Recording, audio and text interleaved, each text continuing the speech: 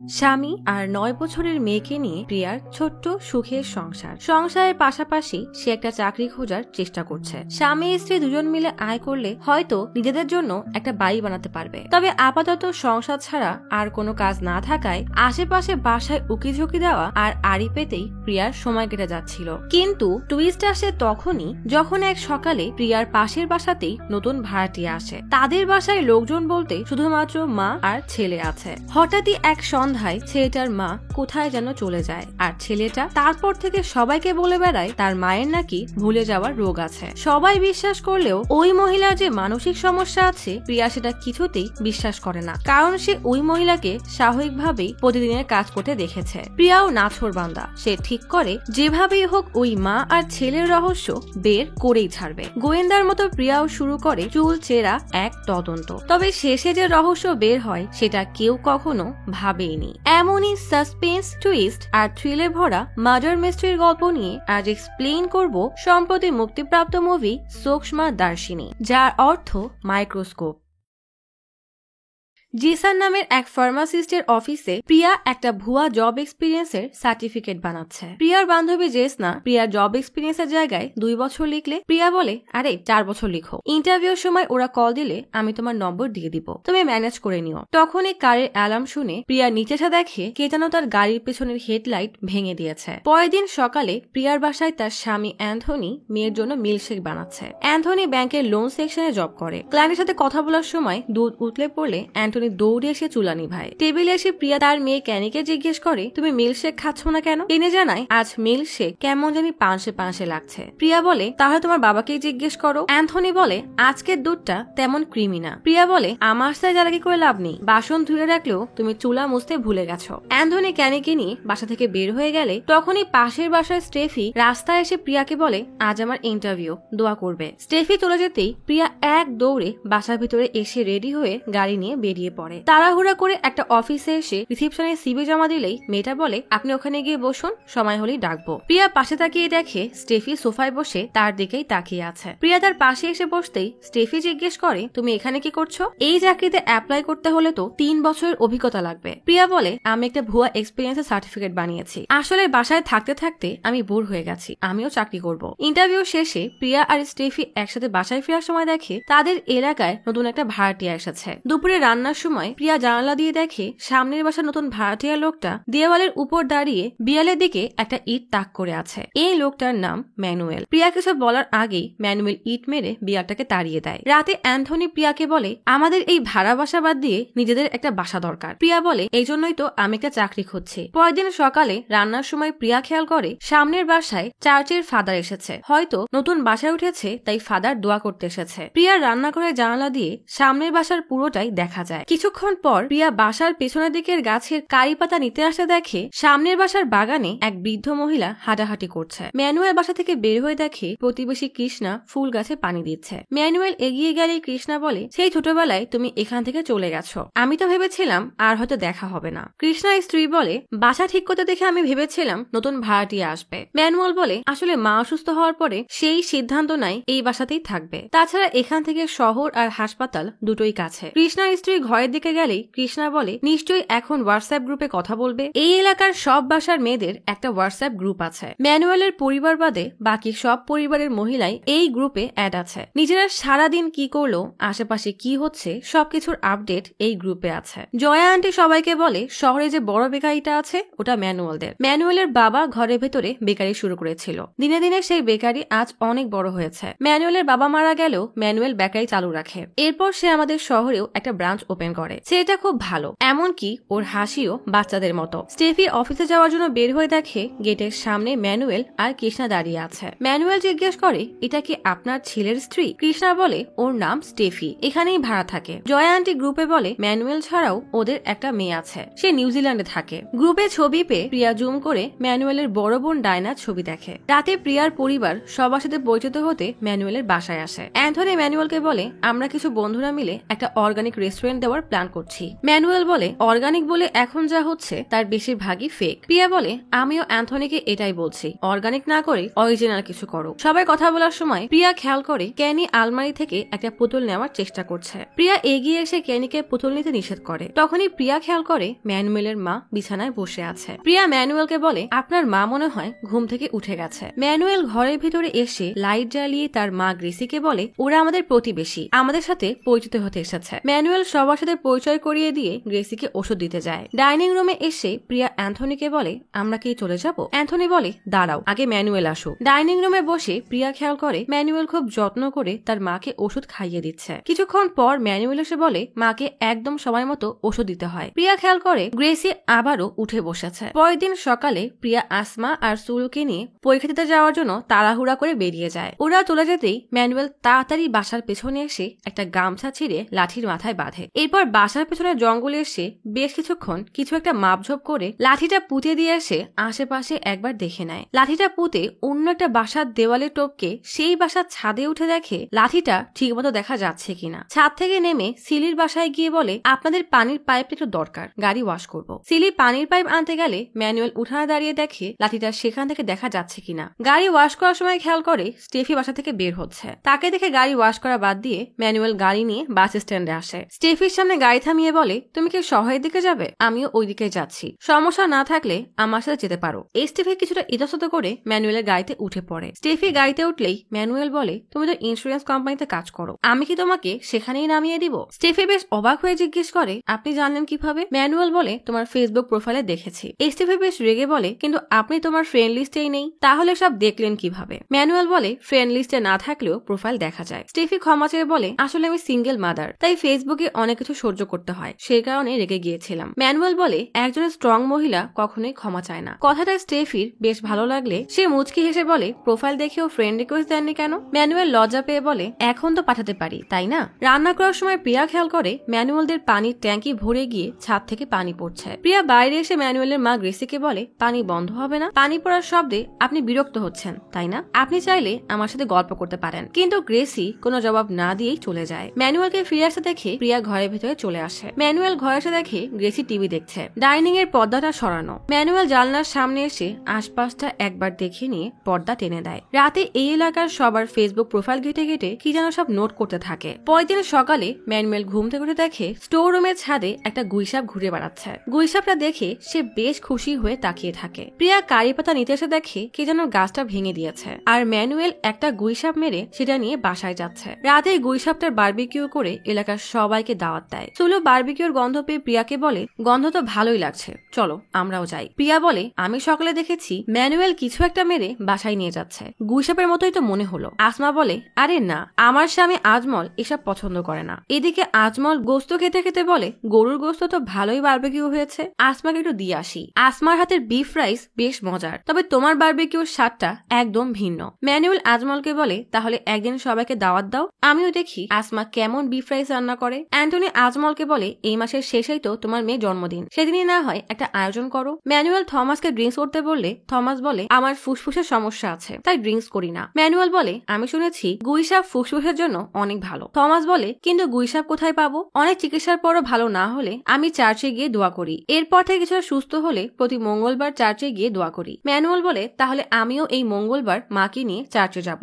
Thomas ম্যানুয়েলকে জিজ্ঞেস করে তা তুমি খাচ্ছ না কেন? ম্যানুয়েল বলে আমি আসলে উপোস রেখেছি, আপনারা খেয়ে নিন। পরের দিন সকালে ম্যানুয়েল একজনকে কলে প্রিয়ার বাসার ছবি দেখিয়ে বলে আমি ওদের বাসার ছাদ থেকে দেখেছি, লাঠিটা দেখা যায় না, কিন্তু সিলি চাচির বাসা থেকে লাঠি পুঁতে রাখা জায়গাটা স্পষ্ট দেখা যায়। থমাস সেই চাচিকে নিয়ে প্রতি মঙ্গলবার চার্চে যায়। তাদের ফিরতে দুপুর 2টা বাজে। এই সময়টা শুধুমাত্র প্রিয়া বাসায় থাকে, তাই যা করার এই মঙ্গলবারেই করতে হবে। বৃদ্ধ লোকটা বলে দিনের বেলায় এই কাজটা করা অনেক বিপজ্জনক, যে কোনো সময় মানুষ দেখে ফেলতে পারে। আমার মনে হয় রাতেই কাজটা করতে হবে, নয়তো কেউ দেখে ফেললে সব শেষ হয়ে যাবে। ম্যানুয়েল জানায় প্ল্যান মতো কাজ করতে হলে একটু রিস্ক তো নিতেই হবে। এই বৃদ্ধ লোকটার নাম রয়, সে সম্পর্কে ম্যানুয়েলের মামা। রয় বলে এই জন্যই বলছি আমার প্ল্যান মতো কাজ করো, আমার প্ল্যানের রিস্ক অনেক কম। তখন এই পাশ থেকে একজন লোক বলে না না, ম্যানুয়েলের প্ল্যানটাই একদম পারফেক্ট। এই লোকটার নাম ডক্টর জন, সে রয়ের ছেলে, মানে ম্যানুয়েলের মামাতো ভাই। তবে এদের একে অপরের সাথে কি সম্পর্ক সেটা এখনো অজানা, তবে এরা কি নিয়ে যে প্ল্যান করছে সেটা এখনো অজানা। অপরদিকে অ্যান্থনির অফিসে আজ মিটিং। অ্যান্থনির প্রমোশন দিয়ে কোচবিহার অফিসের হেড বানানো হয়। প্রিয়া ক্যানিকে নিয়ে সুইমিং ক্লাসে এসেছে। তখনই অফিস থেকে কল দিয়ে বলে আপনি ইন্টারভিউতে সিলেক্ট হয়েছেন। প্রিয়া খুশিতে জোরে একটা চিৎকার দিলে হোয়াটসঅ্যাপ গ্রুপে স্টেফি মেসেজ করে বলে সেও ইন্টারভিউতে সিলেক্ট হয়ে গেছে। প্রিয়া স্টেফিকে জানানোর জন্য গ্রুপে মেসেজ করে বলে আমিও ইন্টারভিউতে সিলেক্ট হয়েছি, ভাবছি আমাদের অ্যানিভার্সারি আর ইন্টারভিউ পাসের জন্য এই মাসের 19 তারিখে পার্টি দিব। স্টেফি তখন ম্যানুয়েলের সাথে তার বেকারিতে বসে কথা বলছে। সে 19 তারিখে প্রিয়ার পার্টির কথা ম্যানুয়েলকে জানিয়ে দেয়। স্টেফি চলে যাওয়ার সময় ম্যানুয়েল এগিয়ে এসে দরজা খুলে দেয়। স্টেফি চলে যেতেই ম্যানুয়েল রয়কে কল করে বলে ডেট ফিক্স করে ফেলেছি, সামনে অ্যানিভার্সারি পার্টি, তাই প্রিয়া আর অ্যান্থনি পুরো বাসা পরিষ্কার করতে শুরু করে। এদিকে জন বড় একটা পানির ট্যাঙ্কি নিয়ে একটা কারখানায় আসে। কিছুক্ষণ কিছু কেমিক্যাল আর আরো কি নিয়ে যেন ম্যানুয়েল আর রয় কারখানায় আসে। রয় ম্যানুয়েলকে জিজ্ঞেস করে জন কি বলছে, কিছু বুঝতে পারছো? ম্যানুয়েল বলে আরে ও তো লন্ডনের পড়ালেখা করেছে, নিশ্চয়ই সব পারফেক্ট হবে। রাতে প্রিয়া আর অ্যান্থনি ম্যানুয়েলের বেকারিতে তাদের অ্যানিভার্সারি উপলক্ষে কেক নিতে আসে। প্রিয়া ম্যানুয়েলকে বলে কাল আন্টিকে নিয়ে আমাদের বাসায় চলে আসবেন। পরের দিন সন্ধ্যায় সবাই প্রিয়ার বাসায় অ্যানিভার্সারি পার্টিতে আসে। এলাকার সবাই যখন গল্প করছে তখন স্টেফি এক পাশে দাঁড়িয়ে ম্যানুয়েলকে মেসেজ করে বলে পার্টিতে আসবে না। ম্যানুয়েল তার বাসার বেলকনিতে দাঁড়িয়ে প্রিয়ার বাসায় নজর রাখছে। স্টেফির মেসেজ পেতেই সে রয়কে কল করে বলে প্ল্যান মোতাবেক কাজ শুরু করেন। কল কেটেই ওয়াশরুমে এসে বাথটাবের কল ছেড়ে দিয়ে ঘরে এসে আলমারির সব কাপড় চোপড় এলোমেলো করে বিছানার উপর রাখে। টেবিলটা টেনে এনে সুইচ বোর্ডের সামনে এনে একটা শাড়ি টেবিলের উপর রেখে স্ত্রী অন করে দেয়। এরপর গিফটের বক্স হাতে নিয়ে ফিটফাট হয়ে প্রিয়ার বাসায় চলে আসে। প্রিয়া ম্যানুয়েলকে জিজ্ঞেস করে আন্টিকে নিয়ে আসলেন না কেন? ম্যানুয়েল বলে মা তাড়াতাড়ি ঘুমিয়ে গেছে। কিছুক্ষণ পর প্রিয়া আর অ্যান্থনি কেক কাটে। কেকের একটা পিস নিয়ে অ্যান্থনিকে খাইয়ে দেওয়ার সময় প্রিয়া কিছু একটা দেখে বেশ ঘাবড়ে যায়। প্রিয়া ইশারা করলে সবাই পাশে তাকিয়ে দেখে ম্যানুয়েলের বাসায় আগুন ধরে গেছে। সবাই বাসায় গিয়ে ম্যানুয়েলের মাকে না পেয়ে পুলিশের খবর দেয়। পুলিশ একটা টিম আর এলাকাবাসীকে নিয়ে পুরো জঙ্গল খুঁজতে শুরু করে। ইন্সপেক্টর সুহাস ম্যানুয়েলের বাসায় এসে দেখে আলমারির সবকিছু এলোমেলো। ম্যানুয়েল সুহাসকে বলে আমরা সবাই প্রতিবেশীর বাসায় একটা পার্টিতে গিয়েছিলাম। মা প্রতিদিন তাড়াতাড়ি ঘুমিয়ে গেলে আমি ভেবেছিলাম তাড়াতাড়ি গিয়েই ফিরে আসবো। সুহাস জিজ্ঞেস করে আপনার মা কি এর আগে কখনো হারিয়ে গিয়েছিল? ম্যানুয়েল বলে না। সুহাস জিজ্ঞেস করে আপনার পরিচিত সবার বাসায় খোঁজ করেছেন? ম্যানুয়েল বলে হ্যাঁ, আমি সবার কাছেই খোঁজ নিয়েছি। সুহাস বলে আমরা খোঁজ করছি, কোনো খবর পেলে আপনাকে জানাবো। শহরের সব জায়গায় পুলিশের একটা টিম গ্রেসিকে খুঁজতে শুরু করে। জুনিয়র অফিসার এসে সুহাসকে বলে আমার মনে হয় সে নিজেই কোথাও চলে গেছে। সুহাস ম্যানুয়েলকে ডেকে জিজ্ঞেস করে আপনি পার্টিতে যাওয়ার সময় মেইন দরজা তালা মারেননি কেন? ম্যানুয়েল বলে মা প্রতিদিনের ঘুমের ওষুধ খেলে ঘুমিয়ে যেত, তাই তালা মারার প্রয়োজন মনে করিনি। আর যেহেতু পাশের বাসায় যাচ্ছিলাম তাই ভাবলাম তালা মেরে কি হবে, এখনই তো ফিরে যাব। সুহাস জিজ্ঞেস করে আপনার মায়ের যে ভুলে যাওয়ার রোগ আছে তার জন্য কোন ডক্টরকে দেখাচ্ছেন? ম্যানুয়েল বলে আমার মামাতো ভাই জন, সে একজন ডক্টর, সেই মায়ের চিকিৎসা করে। সুহাস আজমলকে জিজ্ঞেস করে এই এলাকার সিসিটিভি নেই? আজমল বলে রাস্তার শেষ মাথায় একটা মোবাইলের দোকানে সিসিটিভি ক্যামেরা আছে, কিন্তু দোকান তো এখন বন্ধ হয়ে গেছে। জঙ্গলের সবাই যখন গ্রেসিকে খুঁজছে তখনই পুলিশ কন্ট্রোল রুম থেকে মেসেজ আসে এক বৃদ্ধ মহিলাকে রেল স্টেশনে পাওয়া গেছে। তাড়াতাড়ি সবাই থানার দিকে রওনা দিলে কৃষ্ণা এলাকার সবাইকে বলে গ্রেসি চাচির অ্যালজাইমার মানে ভুলে যাওয়ার রোগ আছে। সব মহিলারা বলা বলি করে কই ম্যানুয়েল তো আমাদেরকে কখনোই কিছু বললো না। সবার সাথে ম্যানুয়েল থানায় এসে মাকে দেখে জড়িয়ে ধরে। জন আর ম্যানুয়েল গ্রেসিকে বাসায় নিয়ে আসলে এলাকার সবাই তখন সেখানেই দাঁড়িয়ে আছে। গ্রেসিকে বিছানায় শুইয়ে দিয়ে বাইরে আসলে কৃষ্ণা বলে আমার মনে হয় তোমার মাকে একা রাখাটা ঠিক হবে না, তুমি বাসায় একজন নার্সের ব্যবস্থা করো। অ্যান্থনি বলে আমি একজন নার্সকে চিনি, তার নাম লিসি। প্রিয়া ডেলিভারির পর লিসি তার খেয়াল রেখেছিল, তুমি চাইলে আমি নম্বর দিতে পারি। সবাই চলে গেলে ম্যানুয়েল রয়কে বলে এবার মনে হচ্ছে দিনের বেলায় কাজটা করতে হবে। জন জিজ্ঞেস করে আমরা কি তোমার বোন ডায়নাকে বিষয়টা জানাবো? ম্যানুয়েল কোনো জবাব দেয় না। অ্যান্থনি প্রিয়াকে খাবার খাইয়ে দেওয়ার সময় বলে ম্যানুয়েলের মা আগে কাজ শেষে ট্রেনে কাজ করে বাসায় ফিরত। সবাই বলছে হয়তো পুরনো অভ্যাসের জন্যই সে স্টেশনে গিয়েছিল। প্রিয়া জিজ্ঞেস করে কিন্তু অ্যালজাইমার পেশেন্ট এটা মনে রাখবে কিভাবে? গ্রেসি আন্টিকে দেখে মনে হয়নি সে অসুস্থ, কিন্তু প্রশ্ন একটা থেকেই যায় আন্টি বাসা থেকে স্টেশনে গেল কিভাবে? পরের দিন সকালে রান্নার সময় প্রিয়া ভাবে গ্রেসিকে সে লেবু শুকতে দেখেছে, আবার বাসায় ঢোকার সময় স্যান্ডেল বাইরে রেখে যেতে দেখেছে। বিছানা থেকে উঠেও গ্রেসির বেড সুইচ দিয়ে ঘরের লাইট অন করে। প্রিয়া রান্নাঘরে ভেন্টিলেটর থেকে উকি মেরে দেখে ম্যানুয়েল মায়ের জামা কাপড় ধুয়ে বারান্দায় শুকাতে দিচ্ছে। তাদের সাথেই প্রিয়া নেটে সার্চ দেয় অ্যালজাইমার রোগীরা কি তাদের প্রতিদিনের রুটিন মতো একা একা চলতে পারে? গুগল জানায় অ্যালজাইমার রোগী কোন স্টেজে আছে তার উপর ডিপেন্ড করবে রোগীর প্রতিদিনের রুটিন মনে রাখতে পারবে কিনা। তবে যতদিন যাবে অ্যালজাইমার রোগীরা ততই সবকিছু ভুলতে থাকবে, আর তাদের পক্ষে ডেইলি রুটিন মনে রাখাও সম্ভব না। অপরদিকে স্টেফি ম্যানুয়েলকে শহরে যাওয়ার জন্য ডাকতে এলে ম্যানুয়েল বলে নার্স নেওয়া পর্যন্ত মাকে একা রাখা যাবে না, কিন্তু হঠাৎ করেই একটা আর্জেন্ট মিটিং এসেছে, কি করবো বুঝতে পারছি না। স্টেফি বলে আমি দুপুরে অফিসে ছুটি নিয়ে চলে আসবো। সাথে সাথেই ম্যানুয়েলের চেহারা বদলে যায়। তার ভাব দেখে মনে হচ্ছে স্টেফি তার প্ল্যানে পা দিয়েছে। অ্যান্থনি অফিসে চলে গেলে প্রিয়া খেয়াল করে ম্যানুয়েল আর স্টেফি বাসার সামনে দাঁড়িয়ে কি যেন বলছে। ম্যানুয়েল আর রয় হাসপাতালে জনের সাথে দেখা করতে আসে। জন কিছু মেডিসিন ম্যানুয়েলকে দিয়ে বলে জুস অথবা পানির সাথে মিশিয়ে এটা খাইয়ে দিলেই 20 মিনিটের মধ্যেই ঘুমিয়ে যাবে। ডোজ বেশি হয়ে গেলে এটা কিন্তু বিষের মতো কাজ করবে। ওষুধটা নিয়ে ম্যানুয়েল বলে মঙ্গলবার সকাল থেকেই আমাদের কাজ শুরু করতে হবে, আর আমি যদি তাড়াতাড়ি একটা নার্সকে অ্যাপয়েন্ট না করি তাহলে সবাই আমাকে সন্দেহ করবে। আমি কৃষ্ণাকে নিয়ে মঙ্গলবার সকালে বের হয়ে গেলে ঘরে শুধু স্টেফি আর মা থাকবে। আমি স্টেফিকে সামনে নিব, তোমরা প্ল্যান মতো বাকি কাজ করবে। অপরদিকে প্রিয়া বাসায় কাজ করার সময় অ্যালজাইমার পেশেন্টদেরকে নিয়ে ভিডিও দেখছিল। তখনই মেঘ ডাকলে কাপড় চোপড় উঠাতে প্রিয়া ছাদে আসে। কাপড় তোলার সময় প্রিয়া খেয়াল করে ম্যানুয়েলের বারান্দায় নেড়ে দেওয়া কাপড়গুলো কে উঠিয়ে রেখেছে। তখনই ম্যানুয়েল বাসায় ফিরে আসলে প্রিয়া ভাবে ম্যানুয়েল বাইরে থাকলে কাপড় তুললো কে। একজন অ্যালজাইমার পেশেন্ট কিভাবে মনে রাখবে যে বৃষ্টি আসলে কাপড় তুলতে হবে। প্রিয়া সুলুকে বলে জানি না ম্যানুয়েল কেন পুলিশকে মিথ্যা বলল, গ্রেসি আন্টি তো আমাদের মতোই স্বাভাবিক। সুলু বলে সে যদি স্বাভাবিক হতো তাহলে ইস্ত্রি চালু রেখে স্টেশনে চলে গেল কেন? আমার মনে হয় গ্রেসি আন্টিকে নিয়ে তুমি একটু বেশিই ভাবছো।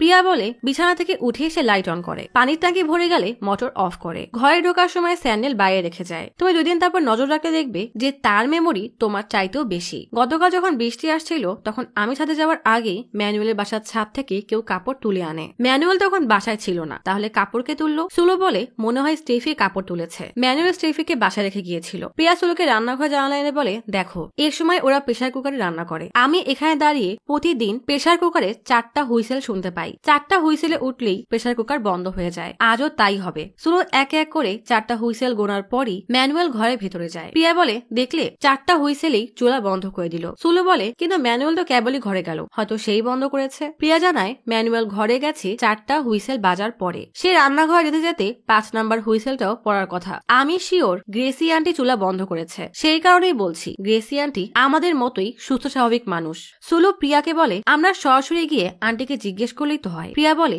ম্যানুয়েল বাসা থাকলে সেটা সম্ভব না। অপরদিকে ম্যানুয়েল জনের দেওয়া ওষুধ থেকে 2টা ওষুধ গুঁড়া করে, এরপর আমের জুস বানিয়ে টেবিলে রাখে। বাসা থেকে বের হওয়ার সময় স্টেফিকে বলে টেবিলে আমের জুস রাখা আছে, ঠিক 11টায় মাকে দিয়ে দিও, তোমার জন্য বানিয়েছি, একটু খেয়ে দেখো। প্রিয়া ম্যানুয়েলের বাসার নজর রাখছিল। ম্যানুয়েল কিছু একটা ভেবে ফিরে এসে স্টেফিকে বলে তুমি ছাড়া অন্য কেউ যেন বাসায় ঢুকতে না পারে, তুমি ছাড়া অন্য কাউকে আমি বিশ্বাস করি না। বাসা থেকে চার্চে যাওয়ার জন্য বের হওয়ার সময় ম্যানুয়েল রয়কে মেসেজ করে বলে আমি বের হয়ে গেছি। স্টেফি ঘড়ির দিকে তাকিয়ে আছে কখন 11টা বাজবে। গ্রেসি এক মনে বসে টিভির দিকেই তাকিয়ে আছে। 11টা বাজতেই স্টেফি টেবিল থেকে জুসের জগ আর 2টা গ্লাস নিয়ে গ্রেসির পাশে টেবিলে রাখে। গ্রেসিকে জুস দিতেই সে বলে আমি জুস খাবো না। তখনই ম্যানুয়েল মেসেজ দিয়ে জিজ্ঞেস করে মা কি জুস খেয়েছে? স্টেফি জানায় জুস দিলেও গ্রেসি খেতে চায়নি। ম্যানুয়েল সাথে সাথে স্টেফিকে কল দিয়ে বলে তুমি জুস দেওয়ার আগেই একটা গ্লাস নিয়ে খেয়ে দেখাও। স্টেফি ফিরে এসে বলে ও আমি দেখিয়ে দিলে তবেই খাবেন। ম্যানুয়েল ফোনে সব শুনছিল। স্টেফি জুস খাওয়ার পরে আরেকটা গ্লাস গ্রেসিকে দিলে সে চুপচাপ খেয়ে নেয়। ম্যানুয়েলকে জানালে সে বলে আচ্ছা ঠিক আছে। ফোন রাখতেই ম্যানুয়েল রয়কে মেসেজ করে জানায় ওরা জুস খেয়ে নিয়েছে, 20 মিনিট পরেই ওষুধের ইফেক্ট শুরু হবে। রয় তার ফোনে 20 মিনিটের টাইমার সেট করে দিয়ে ম্যানুয়েলের বাসার সামনে আসতে দেখে প্রিয়া ম্যানুয়েলের বাসায় ঢুকছে। সাথে সাথে ম্যানুয়েলকে কল করে জিজ্ঞেস করে মেয়েটা এখানে কি করছে? 10 থেকে 15 মিনিটেই তো ঘুমিয়ে যাবে, তার আগেই প্রিয়াকে এই বাসা থেকে বের করতে হবে। তুমি আশেপাশে অপেক্ষা করো, আমি বললে বাসায় যাবে। প্রিয়াকে দেখে স্টেফি জিজ্ঞেস করে এই সময় স্ত্রী নিয়ে তুমি এখানে কি করছো? প্রিয়া বলে ওদের স্ত্রী পুড়ে যাওয়ার পর অ্যান্থনি আমাকে বলেছিল এটা ম্যানুয়েলকে দিয়ে আসতে, আমি তো ভুলেই গিয়েছিলাম। ম্যানুয়েলকে ভাঁজ করা শার্ট পরতে দেখে মনে পড়ে গেল। স্টিফিকে কিছু বলার সুযোগ না দিয়েই প্রিয়া দরজা ঠেলে ভিতরে ঢুকে বলে আন্টি কোথায়? ঘরের ভিতরে এসে গ্রেসিকে জিজ্ঞেস করে আন্টি আপনি ভালো আছেন? গ্রেসি কোনো জবাব না দিয়েই চুপচাপ টিভির দিকে তাকিয়ে থাকে। প্রিয়া গ্রেসিকে বলে আন্টি আপনি আমাকে চিনতে পারছেন না? আপনি আমাদের অ্যানিভার্সারি অনুষ্ঠানে আসেননি কেন? ম্যানুয়েল বলেছিল সে যখন আমাদের অনুষ্ঠানে এসেছিল তখন আপনি ঘুমিয়েছিলেন। এত কথা বলতে দেখে স্টেফি একটা গ্লাস এনে বলে তুমি একটু আমের জুস খাও। ঘড়িতে তখন 11টা 17 মিনিট, আর কয়েক মিনিট পরেই এই দুজন ঘুমিয়ে যাবে। ম্যানুয়েল বারবার অ্যান্থনিকে কল দিলেও সিকিউরিটিতে থাকার কারণে সে বুঝতে পারে না। প্রিয়া জুস খাওয়া শুরু করলে গ্রেসি তার দিকে তাকিয়ে থাকে। কিছুটা জুস খেয়ে প্রিয়া গ্রেসির সামনে বসে জিজ্ঞেস করে সেদিন আপনি কিভাবে স্টেশনে গিয়েছিলেন? আপনার ভয় করেনি? স্টেফি প্রিয়াকে বলে এসব পরে জিজ্ঞেস করবে, এখন সে রেস্ট নিবে। প্রিয়া স্টেফিকে বলে আমরা আন্টির সাথে কিছুক্ষণ গল্প করি। রয়ের ফোনের টাইমারে আর মাত্র 10 মিনিট বাকি। এদিকে ম্যানুয়েল বারবার কল দিলে অ্যান্থনি স্কুটি থামিয়ে কল রিসিভ করে। প্রিয়ার জুস শেষ করে গ্লাসের টেবিলে রেখে স্টেফিকে জিজ্ঞেস করে তুমি কি আজ ছুটি নিয়েছো? স্টেফি হ্যাঁ বললে তখনই অ্যান্থনি প্রিয়াকে কল দিয়ে বলে ড্রয়ারে আমার পুরনো ফোনে নার্স লেসির নম্বর আছে, ওটা আমাকে এখনই পাঠিয়ে দাও। প্রিয়ার সাথে সাথেই বাসায় চলে যায়। ঘড়িতে 11টা 30 মিনিট, আর মাত্র 50 সেকেন্ড বাকি। প্রিয়া বাসায় এসে ড্রয়ার থেকে ফোন নিয়ে চার্জ দিয়ে নার্স লিসার নম্বরটা ম্যানুয়ালকে দিলে ম্যানুয়াল শিওর হয়ে যায় তার প্ল্যান মতো কাজ হয়ে গেছে। এদিকে স্টেফি সোফার উপরে ঘুমিয়ে আছে, তার সামনের চেয়ারে গ্রেসি নেই। রয় গাড়ি ড্রাইভ করছে আর পেছনের সিটে গ্রেসি ঘুমিয়ে আছে। প্রিয়া ভাঙা কাজ পরিষ্কার করছে।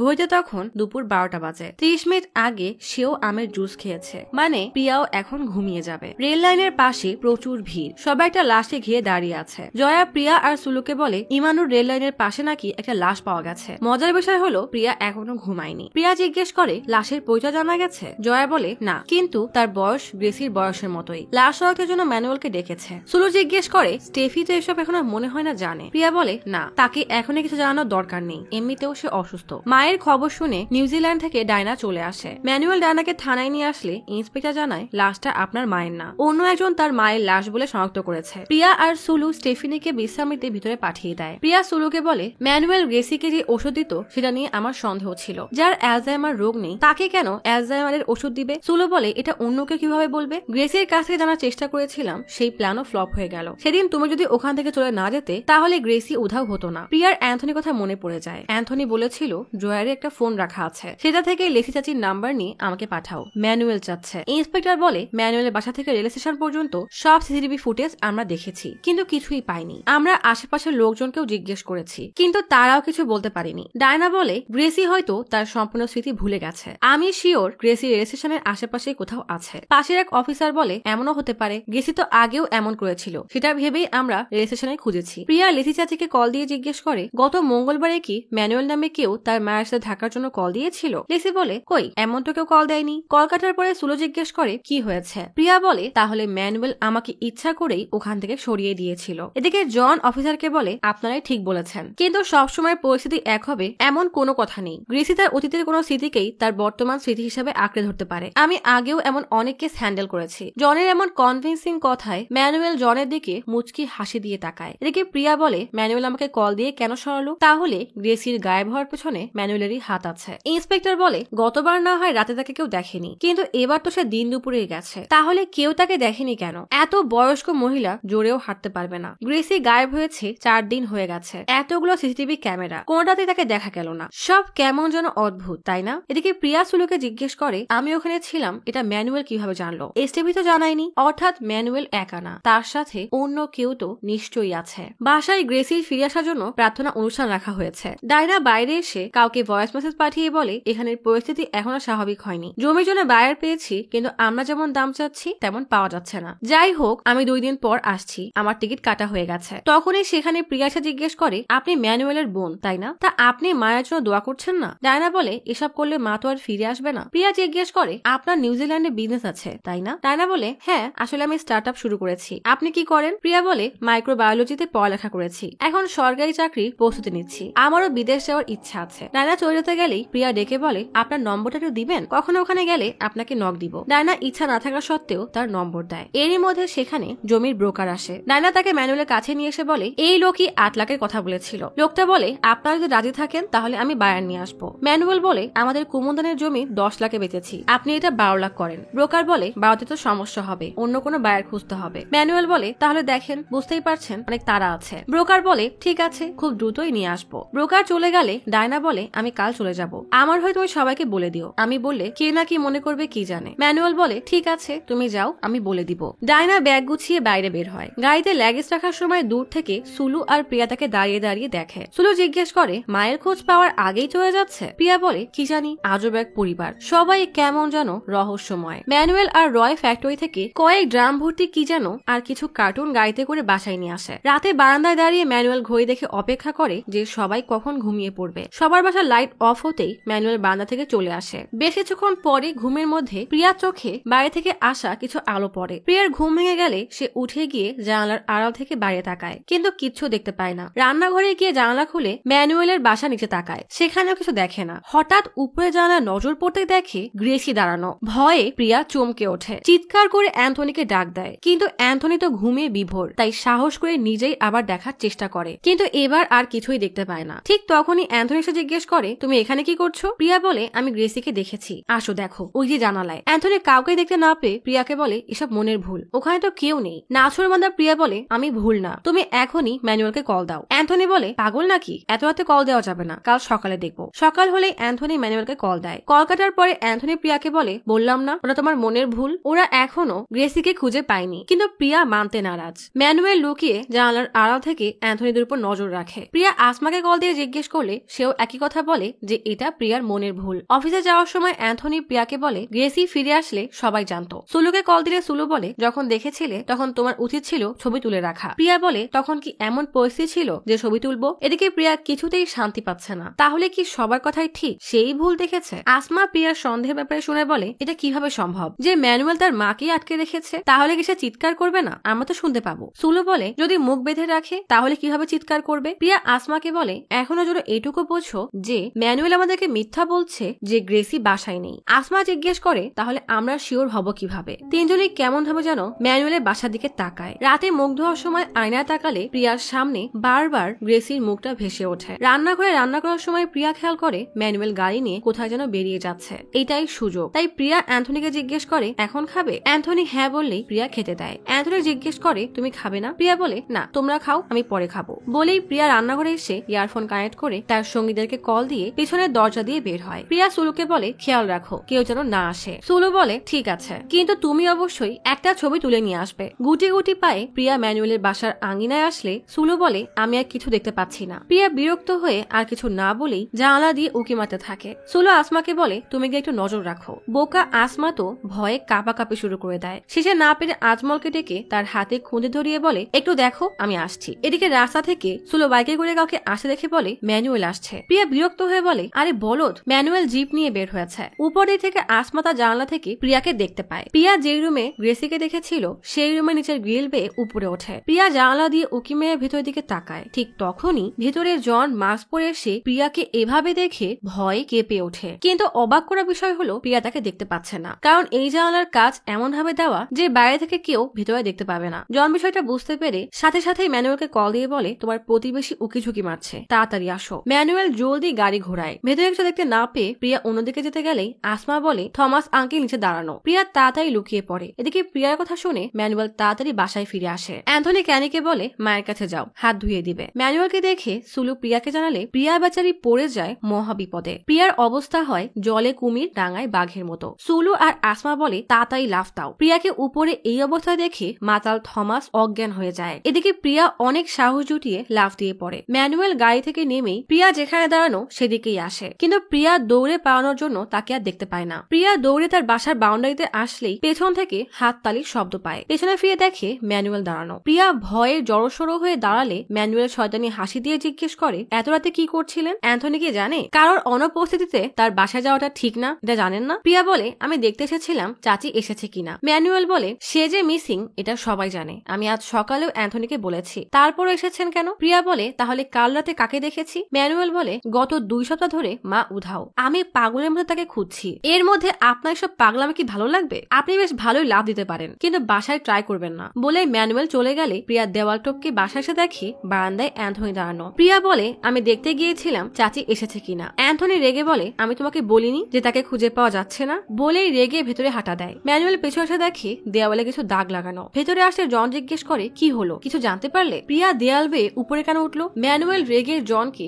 দেওয়ালে রক্ত মাখানো ছবি দেখালে জন অবাক হয়ে বলে, পাইপ লিক হয়েছে নাকি? ম্যানুয়াল বলে, লিক হলো কিভাবে? আঙ্কেল আমাকে আগেই বলেছিল এই প্ল্যানের দরকার নেই, সব তোমার বুদ্ধি ছিল। আমি আগেই বলেছিলাম কোনো এক কবরে দাফন করে দিই, কিন্তু তুমি মাতব্বারি করে এই প্ল্যান বানালে। এই নিয়ে দুজনের মধ্যে ঝগড়া শুরু হয়ে যায়। ম্যানুয়াল জিজ্ঞেস করে, তুমি কি দেখেছিলে? জন বলে, আমি যখন কাজ করছিলাম তখন জানালার বাইরে দেখি একটা মাথা, আর ওটা তোমার প্রতিবেশী প্রিয়া। আমার তো প্রাণ প্রায় যায় যায় অবস্থা। এরপর যখন স্বাভাবিক হই তখন তোমাকে কল দেই। ম্যানুয়াল বলে, এখন বুদ্ধি দাও যে কি করব। জন বলে, বডি শিফট করা একটু রিস্কি হবে। ম্যানুয়াল বলে, বডি শিফট করতে পারবো না। জন বলে, তাহলে আরো একটা প্ল্যান আছে। ম্যানুয়াল বলে, থাক, অনেক হয়েছে, আমি দেখে নিব, তুমি তোমার কাজ করো, যাও। জন মাস্ক আর গ্লাস পরে রুমে যেতে গেলেই ম্যানুয়াল গালি দিলে জন বলে, আমার প্ল্যান পারফেক্ট, কিন্তু তোমার প্লাম্বিং এর সমস্যা এটাকে জানতো। ম্যানুয়াল বলে, ফালতু কথা বাদ দিয়ে কাজে যাও। জন ভেতরে ওয়াশরুমে এসে ট্যাঙ্কি থেকে জগ ভর্তি রক্ত নিয়ে কমোটে ফেলে দেয়। এদিকে ম্যানুয়েল কাউকে কল দিয়ে বলে এত কিছুর মধ্যেও নিউজিল্যান্ড থেকে ও বারবার কল দিচ্ছে, যদি তার সন্দেহ হয় আর এখানে চলে আসে তাহলে আমাদের সবকিছু গুটিয়ে চলে যেতে হবে।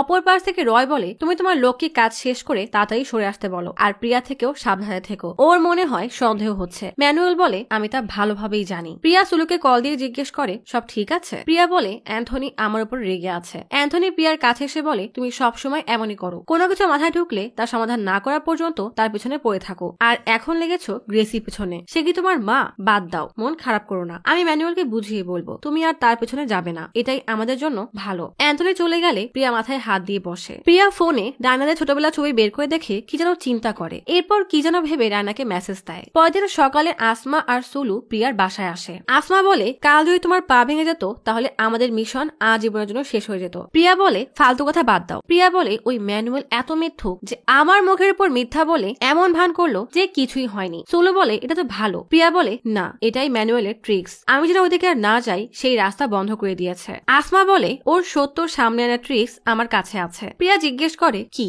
আসমা বলে প্রিয়া যখন সানসেটের উপর দাঁড়িয়েছিল তখন ম্যানুয়েল বাসায় আসে, ভেতরে না গিয়ে সোজা পেছনে প্রিয়াকে দেখতে যায়, তার মানে কেউ তাকে কল দিয়ে বলেছে। সুলু বলে একদম ঠিক বলেছ, কিন্তু কে? আসমা বেশ ভাব নিয়ে বলে চিন্তা করো না, আমি তাকে খুঁজে বের করব, আমার মনে হয় থমাস। প্রিয়া আর সুলু দুজনেই বিরক্ত হয়ে বলে আর কাউকে পেলে না? প্রিয়া বলে সে না। আসমা জিজ্ঞেস করে তাহলে কে? প্রিয়া স্টেফির কাছে সে জিজ্ঞেস করলে স্টেফি বলে ম্যানুয়েল তো আমার সাথে কথাই বলে না, এই দেখো মেসেজ, ওর কথা বলার ধরন অনুযায়ী আমি নাকি গ্রেসি উধাও হওয়ার কারণ। প্রিয়া বেশ চিন্তিত হয়ে বলে তাহলে ম্যানুয়েলকে আমার কথা কে বললো? স্টেফি জিজ্ঞেস করে তুমি কি শিওর গ্রেসিকে দেখেছিলে? প্রিয়া বলে হ্যাঁ আমি শিওর, হয়তো ম্যানুয়েল গ্রেসিকে ফাঁসিয়েছে। স্টেফি হতাশ হয়ে বসে পড়ে। প্রিয়াকে বলে সেদিন কি তোমার অস্বাভাবিক কিছু মনে হয়েছিল? প্রিয়া জিজ্ঞেস করে কি? স্টেফি বলে আমি সাধারণত দুপুরে ঘুমাই না, কিন্তু ওই জুস খাওয়ার পরই কেমন যেন নিজেকে ধরে রাখতে পারিনি, সোফায় গিয়ে ঘুমিয়ে পড়ি আর ম্যানুয়েলের কথা শুনে উঠি। তুমি কি বুঝতে পারছো আমি কি বলছি? প্রিয়া চিন্তিত হয়ে বলে আমিও তো ওই জুস খেয়েছিলাম, কিন্তু আমার তো কিছু হয়নি। দুজনেই বেশ চিন্তায় পড়ে যায়। তখনই প্রিয়া তার ফোন হাতে নিয়ে দেখে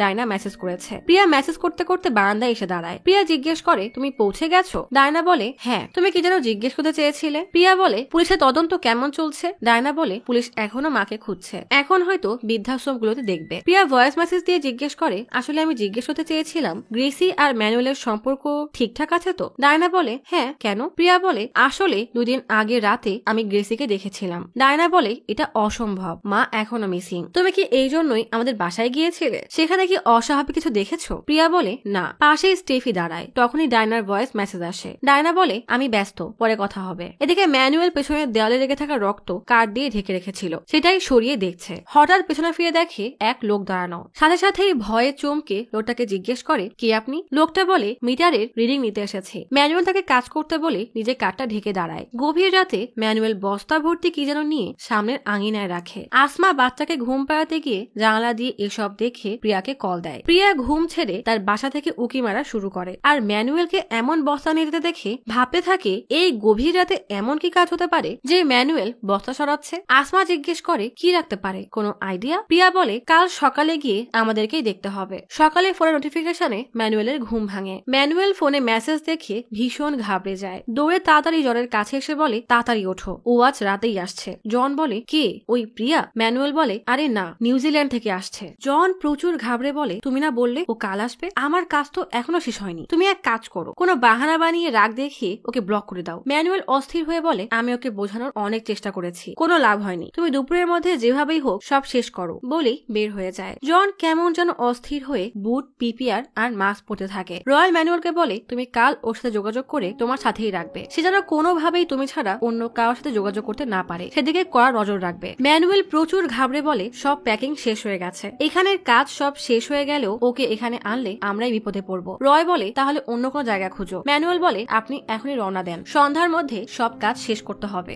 জন তখন ওয়াশরুমের মাঝে রাখা বড় ট্যাঙ্কিতে আরো কিছু পানীয় ঢেলে সেই পানি কমোডে ঢেলে ফ্লাশ করতে থাকে। এরপর রক্ত মাখা ফ্লোর ডলে ডলে পরিষ্কার করে। এরপর জন আর ম্যানুয়েল মিলে সারা বাসার পলিথিন খুলে কালো বড় পলিথিনে ভরে সব এক জায়গায় করে। সেখানে সাদা সেই ট্যাঙ্কিও আছে। প্রিয়া তখন অস্থির হয়ে উকি দিয়ে দেখে আসমা আর সুলুকে বলে ম্যানুয়েল একবার যদি বের হতো তাহলে আমরা গিয়ে দেখে আসতে পারতাম ওই বস্তাগুলোতে আসলে কি রাখা। সুলু বিরক্ত হয়ে বলে আদেও কি ওরা বের হবে? এদিকে ম্যানুয়েল সারা ঘরে সুগন্ধি ধোয়া দিচ্ছে, আর জন এয়ার ফ্রেশনার স্প্রে করছে যেন পচা গন্ধ না পাওয়া যায়। কিছুক্ষণ পরে ম্যানুয়েলকে তার জিপে করে বের হতে দেখে প্রিয়া বলে, এখন আর কোনো ভয় নেই, ওই বাসায় গিয়ে দেখো বস্তায় কি আছে। সুলো বেশ সাহস নিয়ে এগোলেও আসমা মাঝপথে এসে কাঁপাকাঁপি শুরু করে দেয়। সুলো বলে, এখন আর পেছানোর সময় নেই, তুমি গিয়ে বেল বাজানো অভিনয় করো, আমি বস্তা চেক করে আসছি। বলদ আসমা জিজ্ঞেস করে, বেল কি বাজাবো নাকি এমনি দাঁড়াবো? এমন বোকাশোকা মানুষ নিয়ে আসলে গোয়েন্দাগিরি করা চরম বোকামি। যাই হোক, সুলো বস্তার কাছে গেলে আসমা বেল বাজাতেই থাকে। ভেতরে জন তখন টাঙ্কি সরাচ্ছে। এতবার বেল শুনে বিরক্ত হয়ে দরজা এসে দেখে বাইরে আসমা দাঁড়ানো, কিন্তু সে অন্যদিকে তাকানো। তাই পেছনে জানালা দিয়ে উকি দিলে দেখে সুলো বস্তার কাছে দাঁড়িয়ে কি যেন করছে। তাড়াতাড়ি ম্যানুয়েলকে কল দিয়ে জানালে ম্যানুয়েল বিরক্ত হয়ে বলে, এদেরকে আমার বাসার উপরে গোয়েন্দাগিরি করা ছাড়া আর কোনো কাজ নেই। সুলো নিশ্চিন্তে সব বস্তা নামাতে গেলেই পেছন থেকে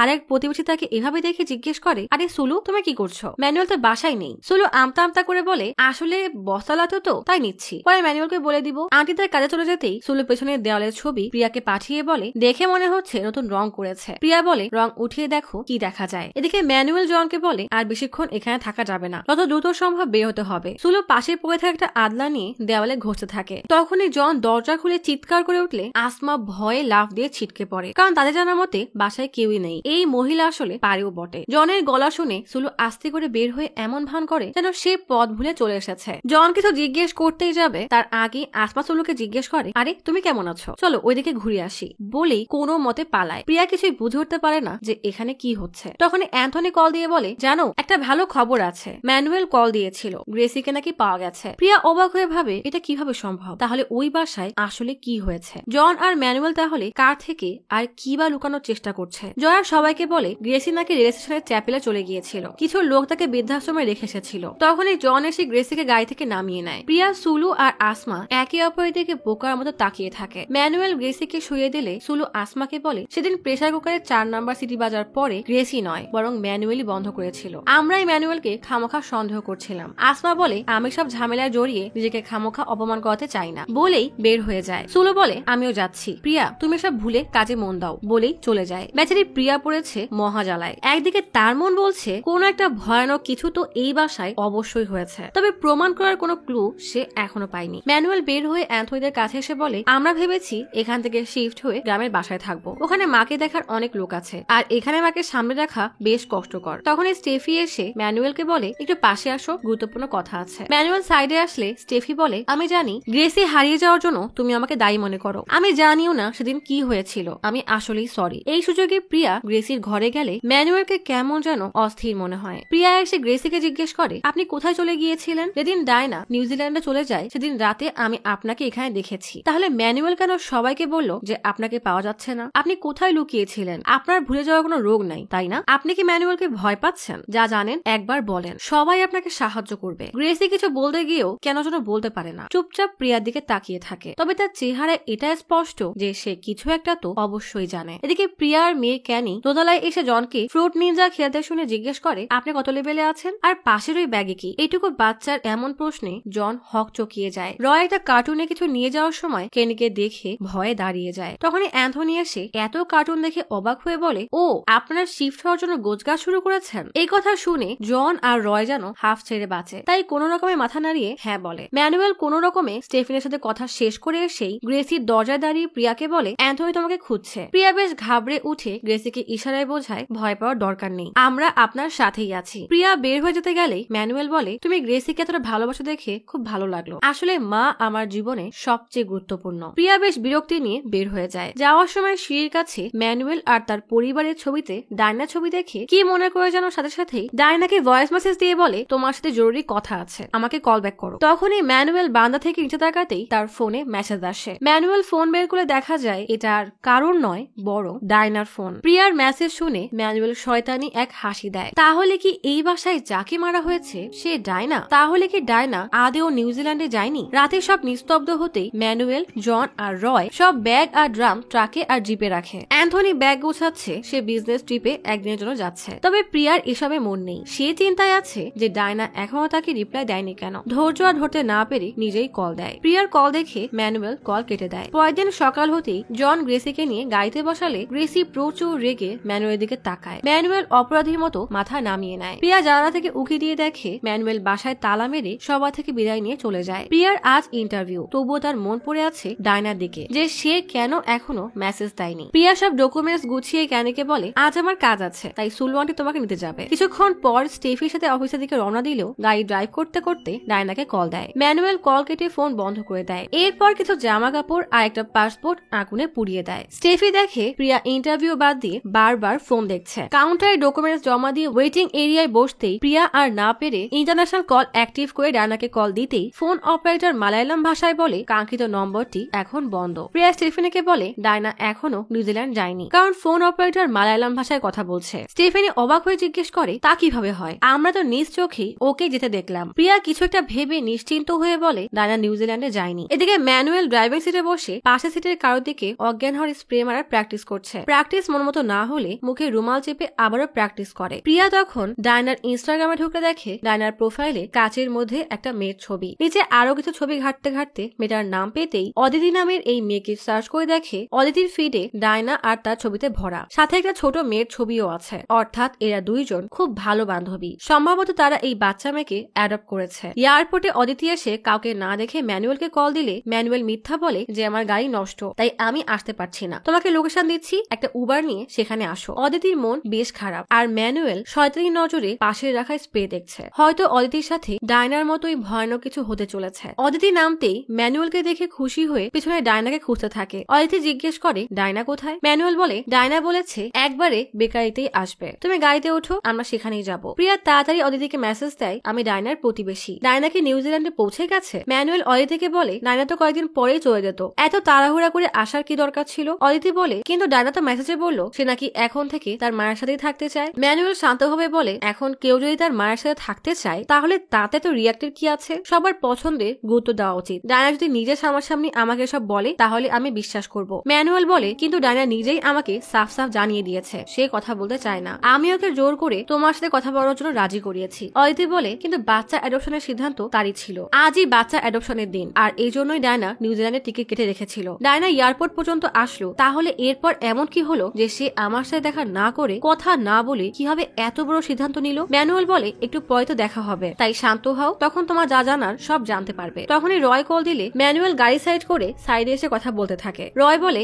আমরা পৌঁছে গেছি, তুমি জলদি আসো, একবার এসব থামলে তবেই আমি শান্তি পাবো। ম্যানুয়েল বলে এই মেয়েটা কোনোভাবেই রাজি হচ্ছে না, ডায়নার সাথে কথা না হলে সে নাকি ফিরবে না। তখনই অদিতির কাছে প্রিয়ার মেসেজ আসলে অদিতি বলে ডায়না এখনো কেরালায়, আমি ম্যানুয়েলের সাথে ডায়নার সাথে দেখা করতে যাচ্ছি। প্রিয়া জিজ্ঞেস করে আমি কি কল দিব। অদিতির সাথে সাথেই তার নম্বর মেসেজ করে দেয়। প্রিয়া জলদি উঠে অদিতিকে কল দিয়ে জিজ্ঞেস করে তোমার কি ডায়নার সাথে দেখা হয়েছে, তুমি কি ম্যানুয়েলের সাথে আছো। অদিতি বলে হ্যাঁ, আমি ম্যানুয়েলের সাথে তাদের ফ্যামিলি বেগাইতে যাচ্ছি, ডায়না ওখানেই আসবে। প্রিয়ার মাথা ঘুরতে থাকে, সে প্রচুর ঘাবড়ে বলে ডায়না আমাদের সবার সামনেই নিউজিল্যান্ডের উদ্দেশ্যে বের হয়েছিল। অদিতি বলে হ্যাঁ, কিন্তু শেষ মুহূর্তে ম্যানুয়েল মেসেজ করে জানায় গ্রেসিকে পাওয়া গেছে, একটা ভিডিও দেয়, তাই ডায়না তার ফ্লাইট ক্যান্সেল করে বাসায় ফিরে যায়। দাঁড়াও, আমি এখনই গ্রেসির ভিডিও দিচ্ছি। এসব শুনে প্রিয়া ভয়ে কাঁপতে থাকে, তার মানে তার সন্দেহই ঠিক প্রমাণ হলো। অদিতি গ্রেসির ভিডিও পাঠায়, কিন্তু ভিডিও ডাউনলোড হওয়ার আগে ইন্টারভিউর জন্য প্রিয়াকে ডাকলে প্রিয়া দৌড়ে ইন্টারভিউ রুমে আসে, কিন্তু তার মন পড়ে আছে সেই ভিডিওতে কি আছে তা দেখার জন্য। তাই ইন্টারভিউতে বসেই ভিডিও ওপেন করে দেখে গ্রেসি ডায়নাকে বলছে ফিরে আয় মা, আর কতদিন বাসার বাইরে থাকবি, আমি অনেক অসুস্থ।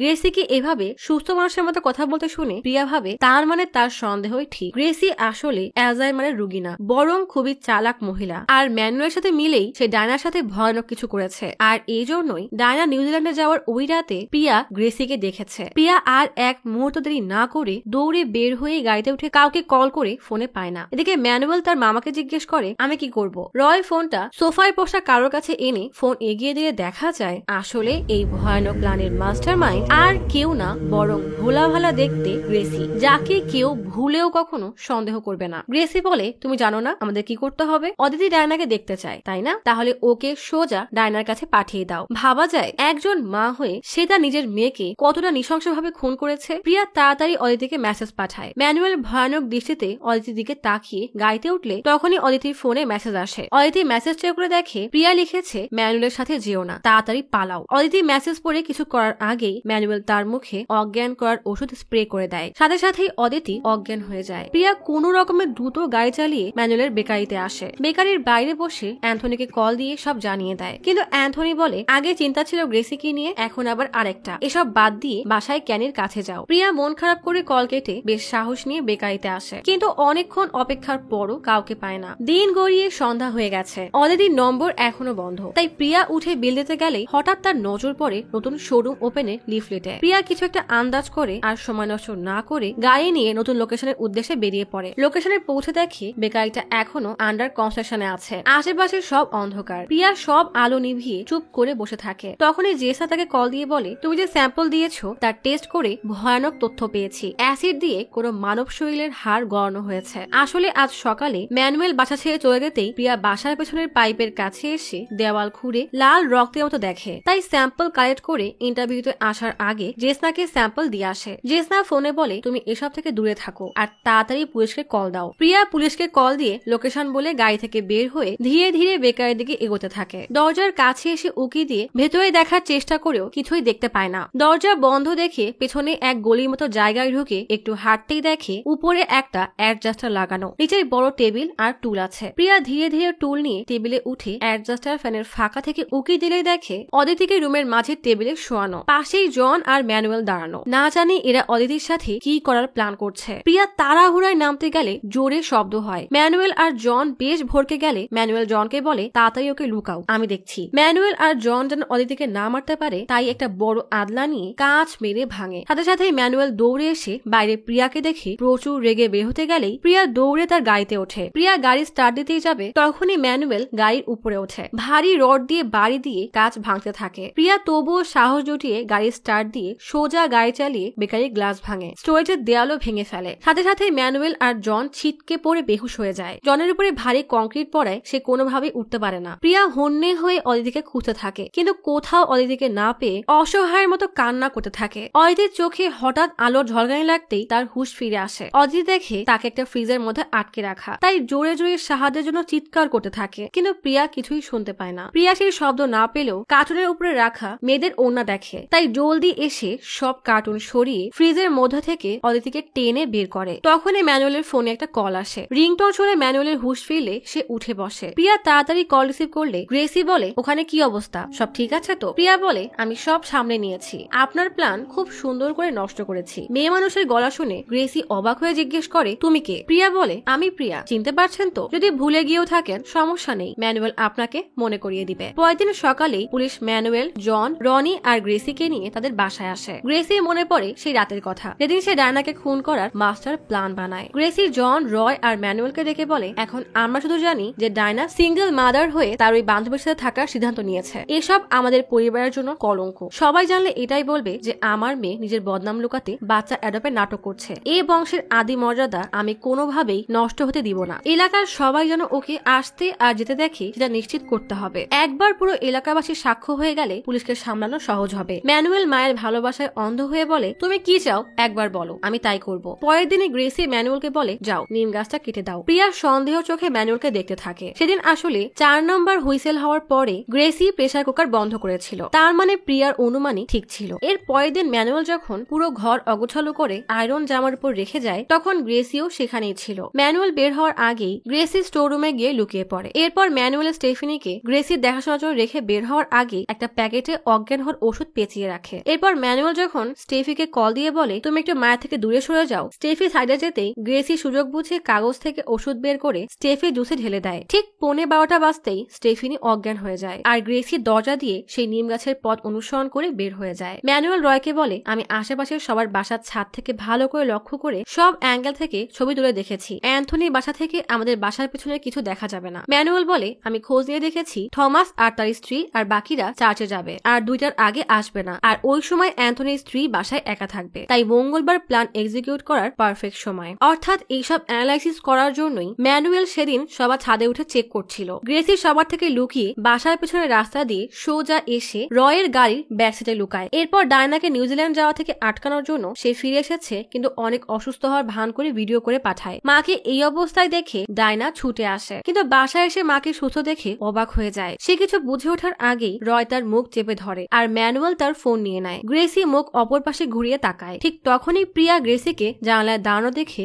ভয় পেয়ে অ্যান্থনিকে ডাকে। সাথে সাথেই ওই বাসার আলো বন্ধ হয়ে যায়। ম্যানুয়েল ডায়নার জিনিস পড়ানোর সময় একটা ছোট পুতুল বের করে। আসলে এই পুতুলটা সে ছোটবেলায় ডায়নার থেকে ছিনিয়ে নিয়েছিল, অর্থাৎ ছোটবেলা থেকেই ম্যানুয়েল ডায়নাকে সহ্য করতে পারে না। এভাবেই এই নিষ্ঠুর পরিবার ডায়নাকে নির্মম ভাবে খুন করে। পুলিশ ক্রাইম স্পটে সব আসামিকে নিয়ে এসে ক্রাইম কিভাবে করেছে তার বয়ান নেয় আর সকল প্রমাণ সংগ্রহ করে নিকৃষ্ট এই মানুষদেরকে নিয়ে যায়। প্রিয়ার মনে হয় ডায়না তার দিকে তাকিয়ে হাসছে, শুধুমাত্র তার জন্যই ডায়না ন্যায় পেল। সকল প্রতিবেশী অবাক হয়ে বাসাটার দিকে তাকিয়ে থাকে। তাদের পাশেই এত কিছু হয়ে গেল অথচ কেউ টেরই পায়নি। অ্যান্থনি আজ গর্বের সাথে তার স্ত্রীর দিকে তাকায়। প্রিয়া ক্যানিকে আদর করে দেয়। ফাইনালি তাদের জীবনে সব স্বাভাবিক হয়ে গেছে। গল্প চলে আসে একদম প্রথমের দিকে। ম্যানুয়েল, গ্রেসি, জন আর রয় তাদের এই বাসায় আসার পথে গাড়ি প্রিয়ার বান্ধবী জেসনার অফিসের সামনে দাঁড় করিয়ে নিজেদের মধ্যে আলোচনা করছে। জন বলে, শেষ একবার ভেবে দেখো, একবার এই প্ল্যানিং এ কাজ করা শুরু করলে আমরা কিন্তু আর পিছনে ফিরতে পারবো না। রয় বলে, না না, আমি পিছু হটবো না। ম্যানুয়েল আর গ্রেসি চুপ থাকলে জন বলে, ঠিক আছে,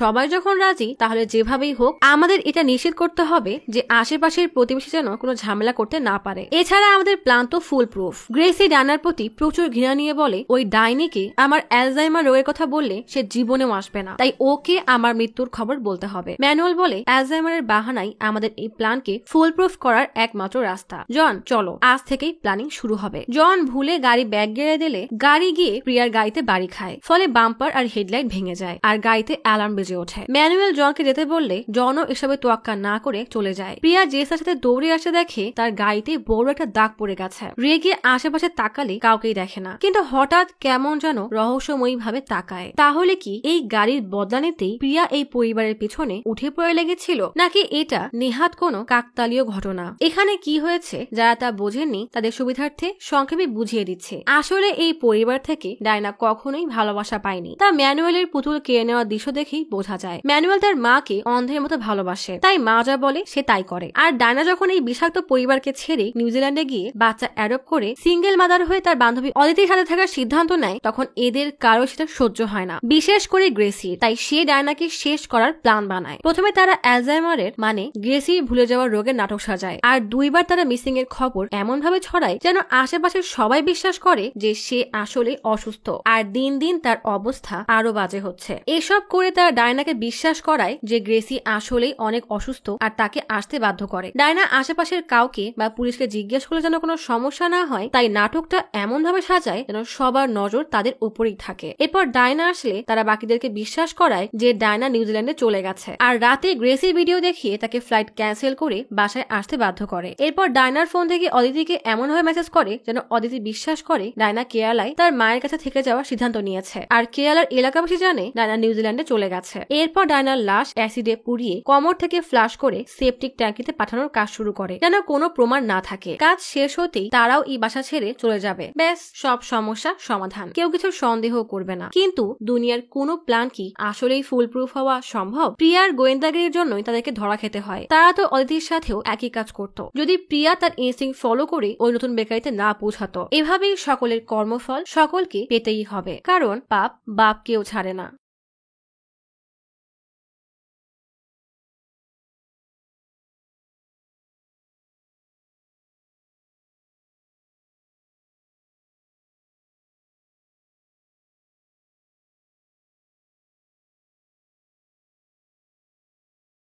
আজ তাহলে এখানেই চলে যাচ্ছি। শীঘ্রই ফিরবো নতুন অথবা পুরাতন ইউনিক কোনো মুভির গল্প নিয়ে। ফিরে আসা পর্যন্ত লাইক, কমেন্ট এবং সাবস্ক্রাইব করে অচিরার গল্পসপের সাথেই থাকুন। পাশে থাকা বেল আইকনটি ক্লিক করে রাখুন। দেখা হবে পরের ভিডিওতে।